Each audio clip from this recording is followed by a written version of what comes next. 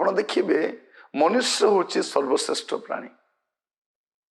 ପ୍ରଭୁଙ୍କ ସୃଷ୍ଟିର ସେ ହେଉଛି ମୌଡ଼ମଣି।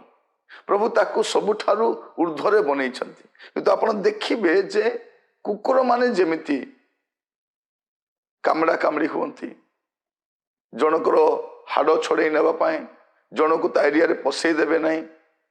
ଆପଣ ଦେଖିବେ ଗୋଟେ କୁକୁର ପଛରେ ଅନ୍ୟ କୁକୁର ଗୋଡ଼େଇକି ତା କାମୁଡ଼ିବାକୁ ଯାଆନ୍ତି।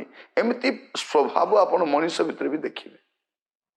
ମସ୍ତ ଖୋଲନ୍ତୁ ଗାଲାତୀୟ ତାର 5 ପର୍ବ 14 ଆଉ 15 ପଦ ଲେଖାଯାଏ, କାରଣ ସମସ୍ତ ବ୍ୟବସ୍ଥା ଏଇ ଗୋଟିଏ ବାକ୍ୟରେ ସିଦ୍ଧ ହୁଏ, ତୁମେ ଆପଣ ପ୍ରତିବାସୀ କି ଆତ୍ମତୁଲ୍ୟ ପ୍ରେମ କର। କିନ୍ତୁ ତୁମେ ମାନେ ଯଦି କାମୁଡ଼ା କାମୁଡ଼ି ହୋଇ ପରସ୍ପରକୁ ଗ୍ରାସ କର, ତେବେ ସାବଧାନ, ଯେପରି ପରସ୍ପର ଦ୍ୱାରା ବିନଷ୍ଟ ନ ହୁଅ। ଏ ସ୍ଥାନରେ ଆମେ ଦେଖୁ ଯେ ବ୍ୟବସ୍ଥାର ସାର ବାକ୍ୟ କଣ ଅଟେ? ଯେ ପ୍ରତିବାସୀକୁ ଆତ୍ମତୁଲ୍ୟ ପ୍ରେମ କରିବା। କିନ୍ତୁ ବେଳେ ବେଳେ କଣ ହୁଏ ଯେ ଆମର ପ୍ରତିବାସୀକୁ ହିଁ ଆମେ ଆପଣାର ଶତ୍ରୁ ବୋଲି ମନେ କରୁ। ଆମର ପ୍ରତିବାସୀକୁ ଆମେ ଦେଖି ସହି ନଥାଉ।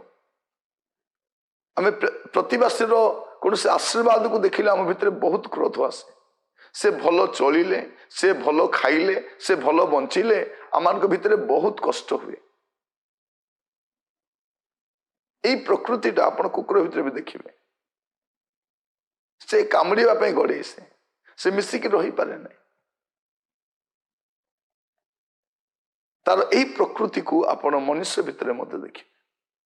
ମୁଁ କାହିଁକି ଏ କଥା କହୁଛି ଯେ ଏଇ ପଦରେ ଆମେ ଦେଖୁଛୁ ଗୋଟେ ପ୍ରତିବାସୀ ସହିତ ଆମେ କେମିତି ରହିବା କଥା। ପ୍ରତିବାସୀ ପ୍ରତି କ୍ରୋଧ କରିବା, ପ୍ରତିବାସୀ ପ୍ରତି ଈର୍ଷାନ୍ୱିତ ହେବା, ପ୍ରତିବାସୀ ପ୍ରତି ଆମମାନଙ୍କର ତିକ୍ତତା ରଖିବା, ଏହା ଭଲ ଗୁଣ ନୁହଁ। ଆମେ ଯେତେବେଳେ ପ୍ରଭୁରେ ଆସୁ ସେ ସମୟରେ ଏ ଗୁଣ ଗୁଡାକ ଆମ ଭିତରୁ ବାହାରି ଯିବା ଦରକାର।